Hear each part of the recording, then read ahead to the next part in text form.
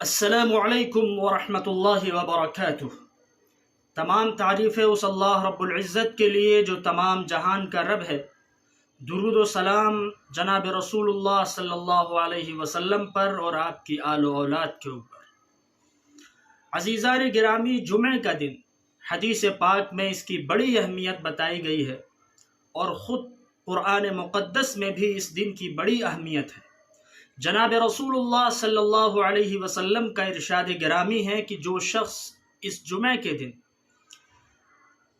ان اعمال کو کرتا ہے جو میں آگے ابھی ذکر کروں گا، فرمایا کہ اگر وہ ان اعمال کو کر لے تو اس کو ہر قدم کے اوپر 1 سال کی نفل نمازوں کا اور 1 سال کے نفل روزوں کا ثواب ملے گا۔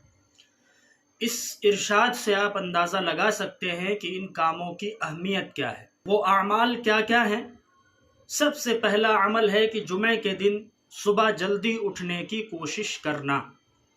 دوسرا عمل ہے غسل کرنا، مسواک کا اہتمام کرنا۔ تیسرا عمل ہے اچھے کپڑے پہننا اور خوشبو لگانا۔ چوتھا عمل ہے مسجد جلدی جانے کی کوشش کرنا اور مسجد پیدل جانا۔ پانچواں عمل ہے کہ جمعہ کے دن کوئی بھی لغو کام نہ کرنا۔ لغو کہتے ہیں اس کام کو جس کام میں نہ دین کا نفع ہو نہ دنیا کا نفع ہو۔ اس کے بعد خطبہ غور سے سننا۔ جب مسجد میں خطبہ دیا جاتا ہے، امام خطبہ دے تو اس کا ادب یہ ہے کہ خطبے میں آپ اس طرح بیٹھے جس طرح اتحیات میں بیٹھتے ہیں، اور خاموشی کے ساتھ بیٹھ کر کے خطبہ غور سے سنیں۔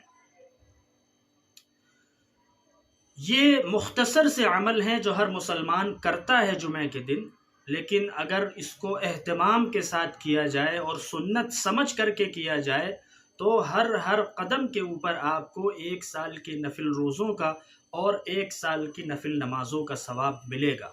اس کے علاوہ جمعہ کے دن سورہ کہف کی تلاوت کرنا، درود پاک کا اہتمام کرنا، ان دونوں کاموں کا بھی ذکر حدیث پاک میں ہے کہ جمعہ کے دن سورہ کہف پڑھی جائے، اور اس کی فضیلت یہ ہے کہ جو شخص جمعہ کے دن سورہ کہف پڑھے گا اللہ تعالیٰ اس کو دجال کے فتنے سے محفوظ رکھے گا۔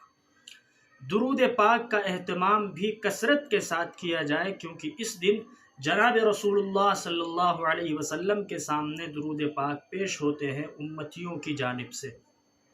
اس کے علاوہ دعاؤں کا اہتمام کرنا۔ حدیث پاک میں آتا ہے کہ جمعہ کے دن چند مقبولیت کی گھڑی ہیں، جیسے دونوں خطبوں کے درمیان دل میں دعا کرنا، یہ بھی مقبولیت کی گھڑی ہے۔ اذان اور نماز کے درمیان، اسی طرح اذان اور نماز کے درمیان دعا کے مقبولیت کی گھڑی ہے۔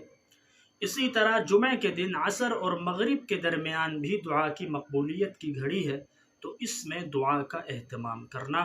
اگر ہم یہ کام کریں گے تو امید ہے کہ جو اجر اور ثواب حدیث پاک میں ذکر ہے وہ ہمیں ملے گا۔ اللہ تعالی ہم سب کو عمل کی توفیق نصیب فرمائے۔